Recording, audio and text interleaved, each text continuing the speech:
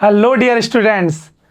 My name is Alok God, and we are here to study the chapter number 8 of class 11th physics. The name of the chapter is Mechanical Properties of Solids. So, in the previous classes, we have already started the chapter and we have discussed about what is stress and strain, how many types of stress and strain are there. We have also discussed about modulus of elasticity, and in this lecture we are going to study about stress strain curve. सो देखो बेटा, अपन ने last class के अंदर Hooke's law अपन ने एक पढ़ा था जिसमें स्ट्रेस और स्ट्रेन के बीच का रिलेशन बताया गया था। वहां पर अपन ने बताया था कि स्ट्रेस और स्ट्रेन में रिलेशन क्या होता है। Stress is directly proportional to strain. Stress is directly proportional to strain. ये अपन ने एक रिलेशन वहां पर चेक किया था कि स्ट्रेस और स्ट्रेन एक दूसरे के क्या रहती हैं, प्रोपोर्शनल रहते हैं हमेशा। लेकिन इसमें एक कंडीशन लगाई थी, under the limit of elasticity. हमने कहा कि स्ट्रेस और स्ट्रेन प्रोपोर्शनल है, लेकिन कब तक प्रोपोर्शनल है? Under the limit of elasticity. जब तक आपकी इलास्टिक लिमिट है तब तक ही स्ट्रेस और स्ट्रेन प्रोपोर्शनल आते हैं। उसके बाद में स्ट्रेस और स्ट्रेन के बीच में प्रोपोर्शनलिटी का ग्राफ नहीं देखने को मिलेगा। तो यहां अपना जो टॉपिक रहने वाला है वो टॉपिक है स्ट्रेस स्ट्रेन कर्व। हमको स्ट्रेस और स्ट्रेन के बीच में कर्व बनाना है, ग्राफ बनाना है। तो ग्राफ कैसा देखने को मिल रहा है वो अपन यहां पर समझने का ट्राई करेंगे। देखो, वैसे तो ग्राफ आपको स्क्रीन पे बना हुआ मिला हुआ है, लेकिन मैं आपको एक अलग से ग्राफ बना करके बताऊंगा कि भाई कैसे कैसे इसके अंदर वेरिएशंस आ रहे हैं और इन सब पॉइंट्स का मतलब क्या है। अच्छे से समझने का ट्राई करना। देखो, मैं यहां पे स्ट्रेस और स्ट्रेन का कर्व बना रहा हूं। ये वाई एक्सिस पर मैं स्ट्रेस लेकर के चल रहा हूं, यहां पर स्ट्रेस है, और यहां एक्स एक्सिस पर मैं स्ट्रेन लेकर के चल रहा हूं, यहां पर स्ट्रेन है। ठीक है, तो ये स्ट्रेस और स्ट्रेन के अंदर अपन एक कर्व देखने की कोशिश कर रहे हैं।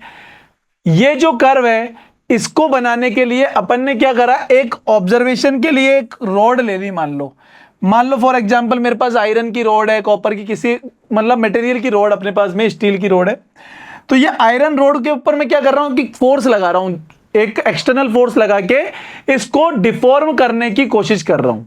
क्योंकि अपन किसी भी बॉडी के अंदर स्ट्रेस और स्ट्रेन कब डेवलप करते हैं, तो हमने बताया था कि किसी भी बॉडी के अंदर स्ट्रेस और स्ट्रेन तब डेवलप होती है जब अपन उसके ऊपर डिफॉर्मिंग फोर्स लगाते हैं। तो इंटरनल मॉलिक्यूल जो अपोज करते हैं उसको तो अपन स्ट्रेस कहते हैं, और जो चेंज इन डायमेंशन और ओरिजिनल डायमेंशन का रेशियो होता है उसको स्ट्रेन कहते हैं। तो यहां अपन ने डिफॉर्मिंग फोर्स लगाया।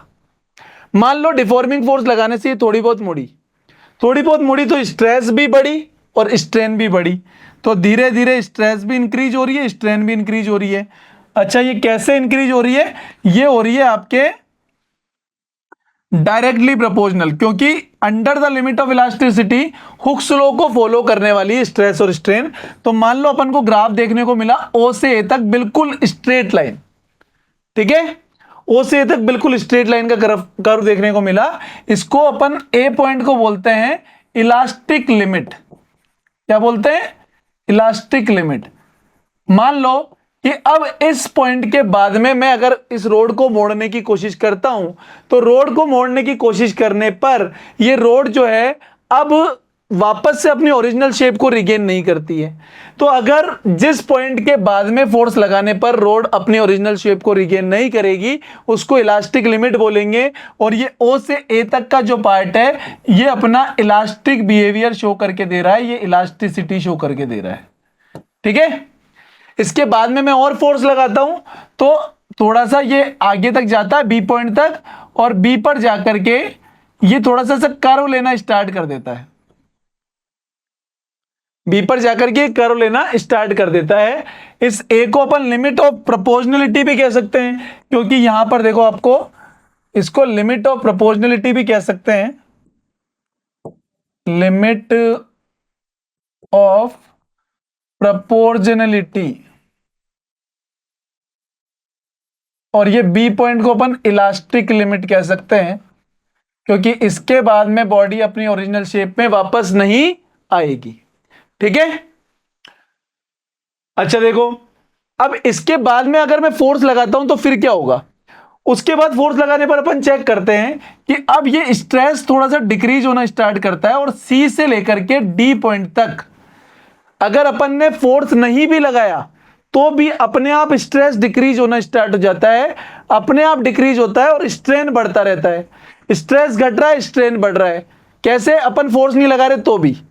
तो ये जो सी और डी है यहां पर, इस सी को कहते हैं अपन अपर यील्ड पॉइंट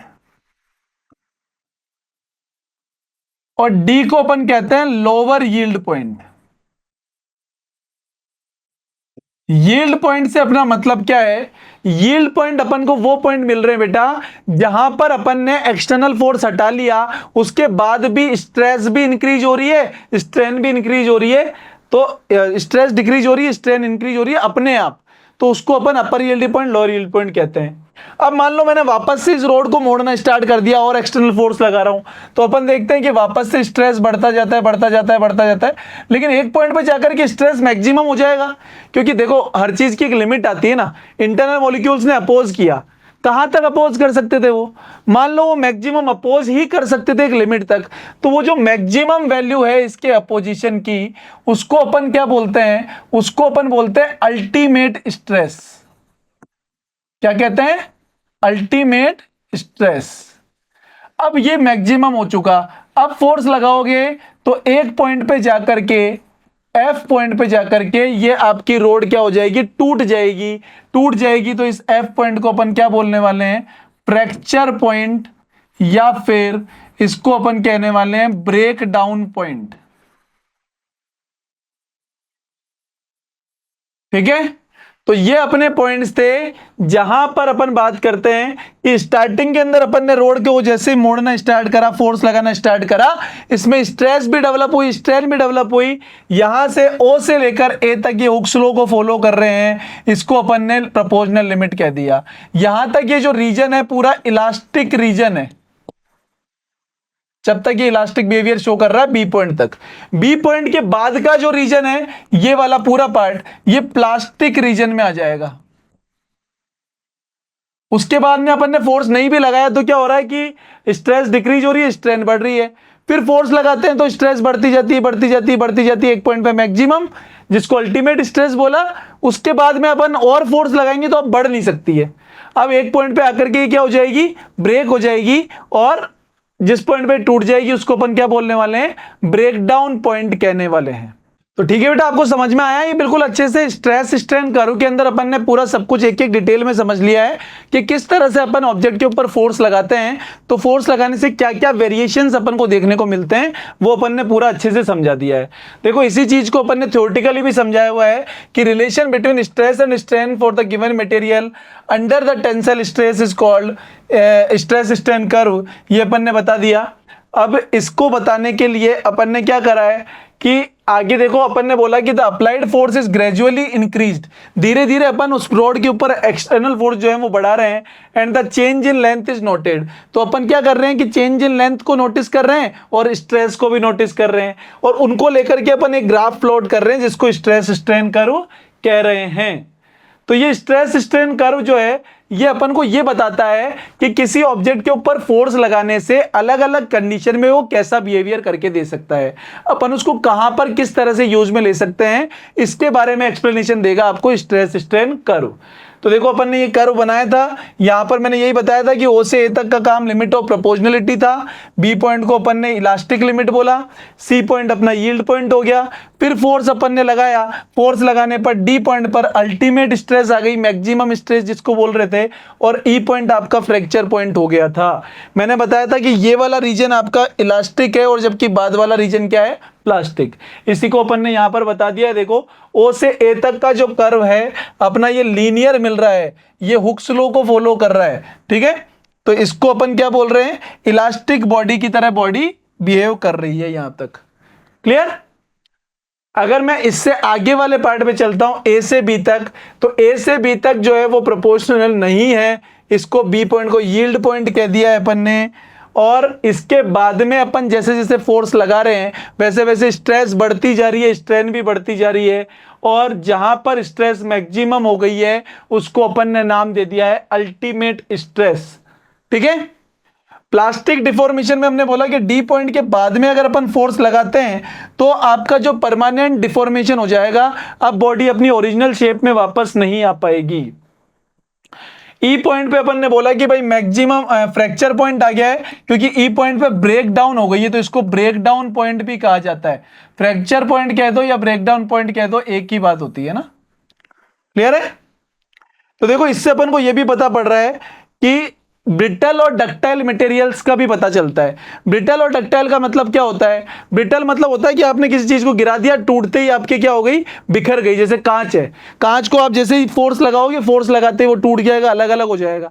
जबकि डक्टाइल का मतलब होता है ऐसे सब्सटेंस जिनको अपन फोर्स लगा रहे हैं तो वायर की फॉर्म में खिंचते चले जा रहे हैं। जैसे अपन ने स्टील पे फोर्स लगाया या आयरन पे फोर्स लगाया तो वो गिरते टूटते थोड़ी, वो खिंच जाते हैं ना, लंबे हो जाते हैं, तो उनको अपन कहते हैं डक्टाइल।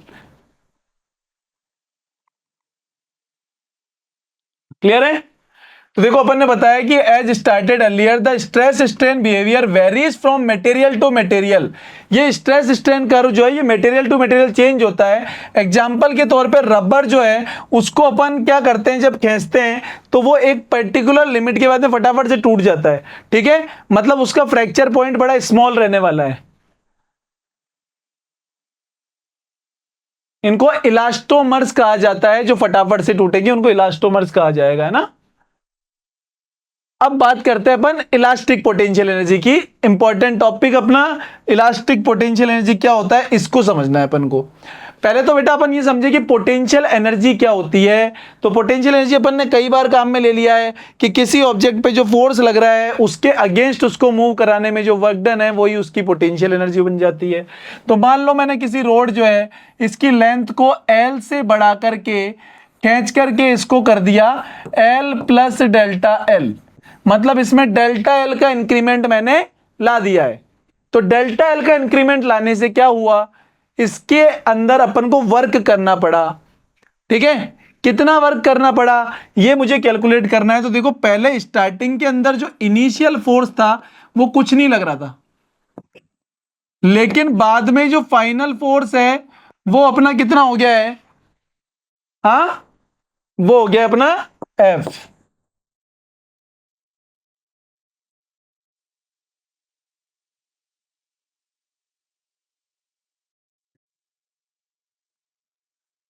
तो बेटा अपना फाइनल फोर्स कितना हो गया है, एफ। तो अपन ने क्या करा कि इसके ऊपर दो फोर्सेस लगाए। एक तरह से दो फोर्सेस क्या कह सकते हैं अपन, ये कह सकते हैं कि जब तक बॉडी के ऊपर फोर्स नहीं लग रहा था तब तक तो फोर्स जीरो था, फिर बाद में एफ हो गया। तो मैं अगर एवरेज फोर्स निकालूं तो एवरेज फोर्स था मेरा एफ प्लस 0/2 यानी कि F/2। ठीक है, अब मैं अगर इलास्टिक पोटेंशियल एनर्जी निकालना चाहता हूं तो मुझे वर्क डन निकालना है। वर्क डन क्या करने में, इसकी लेंथ को बढ़ाने में। लेंथ कितनी बढ़ी, डेल्टा एल बढ़ी, तो force average force into displacement, displacement हुआ डेल्टा एल, फोर्स था F/2, तो F/2 इंटू डेल्टा एल मेरा वर्क डन है, और ये वर्क डन ही पोटेंशियल एनर्जी है। तो पोटेंशियल एनर्जी है F/2 इंटू डेल्टा एल। अब F को अपन और क्या लिख सकते हैं, तो देखो याद करो अपन ने कल यंग्स मॉड्यूलस पढ़ा था। यंग्स मॉड्यूलस का फॉर्मूला था FL/A delta L, FL/A delta L. तो यहां से अगर मैं चाहूं तो देखो ये अपने पास में डेल्टा एल को भी पुट कर सकते हैं, चाहे तो F को भी पुट कर सकते हैं। किसको पुट करना चाहते हो ये आपके ऊपर डिपेंड करेगा। जैसे अपन ने मान लो F की वैल्यू पुट करी तो F हो गया मेरे पास में YA delta L upon L. ठीक है, तो F को मैंने रख दिया YA delta L upon L, तो ये U इज इक्वल टू हो गया YA delta L upon 2L। ये अपने पास में फॉर्मूला हो गया इसका। ठीक है, हो गया, क्लियर है। या फिर आप इस फॉर्म में रखना चाहो इस फॉर्म में भी रख लो, आप ऐसे रखना चाहो। और यहां पे देखो मैं अगर L से मल्टीप्लाई और डिवाइड कर दूं, L से मल्टीप्लाई कर दिया और साथ में मैं डिवाइड भी कर रहा हूं। डिवाइड क्यों कर रहा हूं उसका रीजन समझना। मैं क्या चाह रहा हूं, यहां पे पोटेंशियल एनर्जी यूनिट वॉल्यूम की निकालना चाह रहा हूं। तो यूनिट वॉल्यूम के निकालने के लिए मैंने क्या करा, L से मल्टीप्लाई कर दिया और L से डिवाइड भी कर दिया। अब उससे क्या हुआ कि भाई ये वाली वैल्यू जो थी मेरे पास में, ये वाली वैल्यू तो किसकी हो गई, ये तो मेरे पास में हो गई स्ट्रेन की वैल्यू। किसकी वैल्यू हो गई, स्ट्रेन की वैल्यू। तो U इज इक्वल टू हो गया मेरे पास में FL/2 इंटू स्ट्रेन। और अगर मैं यहां पे एरिया से भी मल्टीप्लाई और डिवाइड कर देता हूं, अच्छा देखो यहां पे L था, एरिया और आ गया, स्ट्रेन ऑलरेडी है, तो ये लेंथ इंटू एरिया बन जाएगा वॉल्यूम, और फोर्स अपॉन एरिया बन जाएगा स्ट्रेस। तो U इज इक्वल टू हो गया अपने पास में 2 भी था यहां पे, stress into volume into strain upon में 2। या फिर अगर मैं potential energy per unit volume निकालूं तो ये हो जाएगी 1/2 स्ट्रेस इंटू स्ट्रेन, या फिर अपन कह सकते हैं स्मॉल यू। स्मॉल यू का मतलब है potential energy for unit volume, तो इसका फॉर्मूला हो जाता है हाफ सिग्मा इंटू ई, हाफ स्ट्रेस इंटू स्ट्रेन। तो ये अपने पास में फॉर्मूला बनता है किसका, इलास्टिक पोटेंशियल एनर्जी का। तो इलास्टिक पोटेंशियल एनर्जी अपने पास में कितनी आ रही है, देखो ये अपन ने बोला कि एवरेज फोर्स F/2 लग रहा है, F/2 लगने से अपने पास में जो वर्क डन आया वो कितना आया, वो निकल करके आया हाफ स्ट्रेस इंटू स्ट्रेन। ये अपने पास में एनर्जी पर यूनिट वॉल्यूम है, ये अपन ने पोटेंशियल एनर्जी में वॉल्यूम का डिवाइड दिया हुआ है, इसको ही स्मॉल यू कह रहे हैं या एनर्जी डेंसिटी कह रहे हैं ना, क्लियर है। तो हाफ स्ट्रेस इंटू स्ट्रेन कह दिया अपन ने। अब चाहे तो स्ट्रेस को अपन देखो यंग्स मॉडुलस इंटू स्ट्रेन भी लिख सकते हैं, तो ये हो जाएगा यंग्स मॉडुलस इंटू स्ट्रेन का स्क्वायर। अब इसको कन्वर्ट करना तो अपने हाथ में है, क्लियर है। तो आगे बढ़ते हैं, अगला टॉपिक है अपना बेटा applications of elastic behaviour of materials. अब अपन ने जो भी चीजें इस चैप्टर के अंदर पढ़ी है उसका अपनी डेली लाइफ में काम क्या है, वो काम कहां पे आती है, ये भी तो चीज अपन को पता होनी चाहिए ना, अदरवाइज अपन फिजिक्स पढ़ते जा रहे हैं उसका यूज कुछ हो रहा ही नहीं है। तो अपनी डेली लाइफ के अंदर इलास्टिक बिहेवियर का बहुत ज्यादा काम आता है। जैसे कि अपन बात करें तो अपना जो पहला एग्जांपल है वो है कि भाई जो क्रेन्स यूज की जाती है हैवी ऑब्जेक्ट्स को लिफ्ट करने के लिए, इन क्रेन के अंदर अपन जो रोप यूज करते हैं, रस्सी यूज करते हैं, वो ऐसे होती है जैसे अपनी चोटी गुथी हुई होती है ना, वैसे ब्रेडेड होती है ऐसे। तो ब्रेडेड क्यों होती है भाई, अपन ने बोला कि एक तो वो स्टील की होती है, स्टील की क्यों बनी हुई है इसका रीजन समझो, और वो गुथी हुई क्यों है इसका रीजन समझो। भाई होता क्या है कि जैसे ये जो रोप अपन ने ली है इसका मेन मोटिव है बारी बारी चीजों को उठाना, लिफ्ट करना। अब जब अपन हैवी चीज को उठाते हैं तो उठाने पर क्या होता है कि बहुत ज्यादा लोड पड़ने वाला है, लोड पड़ेगा तो एक्सटेंशन आएगा, डिफॉर्मेशन आएगा। अब मान लो मैंने कोई एक स्टील ऐसी रोड ले ली होती है स्टील की जो बहुत ही ज्यादा रिजिड है, उसमें एक्सटेंशन आता ही नहीं है, खिंचती ही नहीं है, तो उसमें क्या होता है कि फोर्स लगते हैं उसके टूटने के चांसेस बढ़ जाते हैं बेटा। इसलिए अपन ने क्या करा, एक ऐसी रस्सी टाइप स्ट्रक्चर बनाई कि जिसमें थोड़ा बहुत एक्सटेंशन आने के भी चांसेस रहें। और अब उसको अपन एक पतला वायर भी तो यूज ले सकते थे, लेकिन अपन ने मोटा किया। क्यों किया, क्योंकि अपने पास में चेंज इन लेंथ का फॉर्मूला था FL/AY। मतलब जितना ज्यादा क्रॉस सेक्शन एरिया में बढ़ाऊंगा उतना ही आपके डेल्टा एल की वैल्यू कम होगी, एक्सटेंशन कम होगा। तो इसलिए मैंने पतले पतले वायर्स लेकर के उनको गूंथ दिया तो क्या हुआ कि क्रॉस सेक्शन एरिया बढ़ गया, क्रॉस सेक्शन एरिया बढ़ गया तो डिफॉर्मेशन कम आएगा। और स्टील यूज किया क्योंकि जिससे वाई जितना ज्यादा आपका डेल्टा एल की वैल्यू उतनी ही कम, इसलिए अपनी स्टील की रोप्स यूज में ली जाती है और वो ब्रेडेड होती है, गुथी हुई होती है, क्लियर है। और एग्जाम्पल देखिए अपन, तो देखो और एग्जाम्पल है अपने पास में कि सेकेंड एग्जाम्पल अपन को दिया जा रहा है कि जैसे अपन आपने घर में देखी होगी ना कि भाई पहले, आजकल तो आरसीसी के घर होने लग गए, पहले जब पट्टियां डलती थी तो अपन देखते थे कि भाई घरों में अगर अपन को बड़ा कमरा बनाना है तो बड़ा कमरा बनाने के लिए आपको क्या करना पड़ता था कि दोनों तरफ की पट्टियों में जॉइंट देना पड़ता था। वहां पे एक गार्डर लगाई जाती थी आई शेप की, बीच में से पतली, नीचे से चौड़ी, ऊपर से चौड़ी, ऐसी देखी होगी ना, पुराने घर जिनके उनको सबको याद होगा, इस तरह से शेप में रहती है, आई शेप में। अच्छा नहीं भी देखे तो आप अपने जितने भी पुलिया वगैरह देखते हो, पिलर्स देखते हो, उन पिलर्स का शेप इस तरह से रहता है, आप देखते हो आई शेप में। तो अपना क्वेश्चन ये है कि भाई ये सारी की सारी चीजें आई शेप में ही क्यों बनाई जा रही है, why these pillars, the railway पटरीज and the girders in houses are made in I shape. तो उसका रीजन है कि भाई अपने जो भी गार्डर रहेगी उसका मेन काम क्या है, उसका मेन काम है इसके ऊपर जो लोड गिर रहा है, जो वेट इसके ऊपर गिर रहा है उसको बियर करना। अपन कभी भी ऐसी छत के अंदर नहीं रहना चाहते जो छत से लहर रही हो, चाहते हो क्या? नहीं। तो हम नहीं चाहते कि भाई इसके अंदर ऐसे डिफॉर्मेशन आ जाए। भाई इसका मिड पॉइंट ये था, तो ये डिफॉर्मेशन मान लो डेल्टा आ रहा है, तो हम चाहते हैं कि डेल्टा की वैल्यू कम से कम हो। अब ये डेल्टा की वैल्यू डिपेंड किस पे करती है, तो उसका फॉर्मूला है अपने पास, डेल्टा होता है WL³/4BD³Y। मतलब ये डिपेंड कर रहा है एक तो इसके वेट पे। अब वेट कितना गिर रहा है वो तो अपन चेंज नहीं कर सकते, मान लो जितना वेट है उतना तो रहेगा ही रहेगा।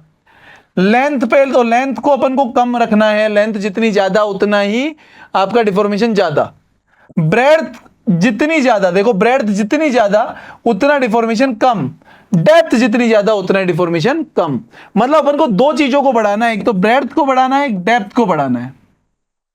अब अगर मैं ऐसा पिलर बनाता तब ब्रेड्थ रहती इतनी, और अगर मैं ऐसा इतना बड़ा पिलर बनाता तो ब्रेड्थ इतनी होती, बढ़ जाती। तो ब्रेड्थ बढ़ानी थी, तो क्या मैं इसको ऐसे बना दूं क्या? देखो अगर ऐसे मैंने बनाया तो उससे क्या हुआ कि ब्रेड्थ बढ़ भी गई और मटेरियल जो था वो भी मेरा कम लगा। मतलब क्या हुआ, डिफॉर्मेशन आएगा भी कम और मटेरियल भी कम लगेगा। तो ऐसा ही तो काम अपन को करना है कि खर्चा कम हो, तो इसलिए अपन ने इसको इस शेप का बनाया है, आई शेप का, जिससे मटेरियल भी कम लगे और आपका डिफॉर्मेशन भी क्या हो जाए, कम हो जाए। इसलिए अपन ने इसको आई शेप का बनाया है। हमेशा ध्यान रखना है, ब्रिजेस वगैरह जो भी चीज हैवी लोड बियर करेगी उसको आई शेप का ही बनाने की कोशिश करते हैं अपन, ठीक है। देखो ऐसे अपन माउंटेन्स की हाइट को जब मेजर करते हैं तो माउंटेन्स की हाइट को मेजर करने में भी इलास्टिसिटी का रोल है, ठीक है। तो इलास्टिसिटी का रोल कैसे है, क्योंकि अपन जब बात करें कि भाई प्रेशर बेस पे कितना प्रेशर लग रहा है, तो प्रेशर का फॉर्मूला होता है ρgh, और प्रेशर एक तरह से फोर्स अपॉन एरिया ही है। फोर्स अपॉन एरिया यानी कि स्ट्रेस ही है। तो स्ट्रेस कितनी डेवलप हुई उससे अपन ने h निकाल लिया, हाइट निकाल लिया। तो अपन को माउंट एवरेस्ट की या फिर किसी भी चीज की अपन को हाइट भी मिल सकती है। ऐसे एक एग्जांपल है कि अपन देखते हैं कि भाई जितने भी बिजली के खंभे बनाए जाते हैं वो होलो बनाए जाते हैं, खोखले बनाए जाते हैं, वो कभी भी सॉलिड नहीं बनाए जाते। तो सॉलिड शाफ्ट तो कमजोर होती है, उसको तोड़ना आसान है, होलो शाफ्ट मजबूत होती है। अब ऐसा क्यों?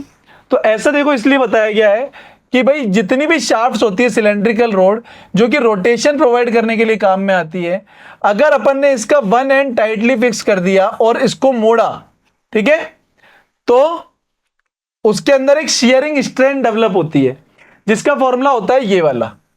तो इस फॉर्मूले के अकॉर्डिंग अगर अपन जाएं तो होलो के लिए ये आर की वैल्यू जो है वो थोड़ी कम रहेगी। आर की वैल्यू कम रहेगी तो उसको ज्यादा रहेगी, तो उसको तोड़ने के लिए अपन को क्या चाहिए, टॉर्जन ज्यादा चाहिए। तो इसलिए अपना torsion of hollow is greater than होता है टॉर्जन ऑफ सॉलिड, ठीक है बेटा। तो ये आज की क्लास के अंदर अपन ने जितना भी स्ट्रेस और स्ट्रेन से रिलेटेड टॉपिक्स थे और अपनी डेली लाइफ में बिहेवियर था इलास्टिसिटी का, वो सब चीजें समझ ली है। आई होप आपको अच्छे से समझ में आया है ये सब। तो इन पे बेस्ड अपने क्वेश्चंस क्या क्या हैं। अपना पहला क्वेश्चन है कि select the correct order with regard to elasticity of material.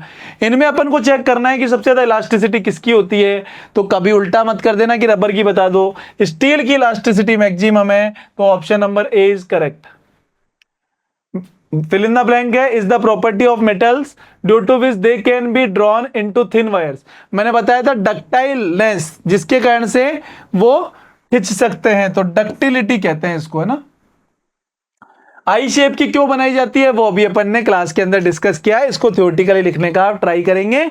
तो आई होप आपको ये क्लास बहुत अच्छे से समझ में आई होगी। मिलते हैं नेक्स्ट वीडियो के अंदर, तब तक के लिए धन्यवाद। जय हिंद, जय Bharat, have a very good day.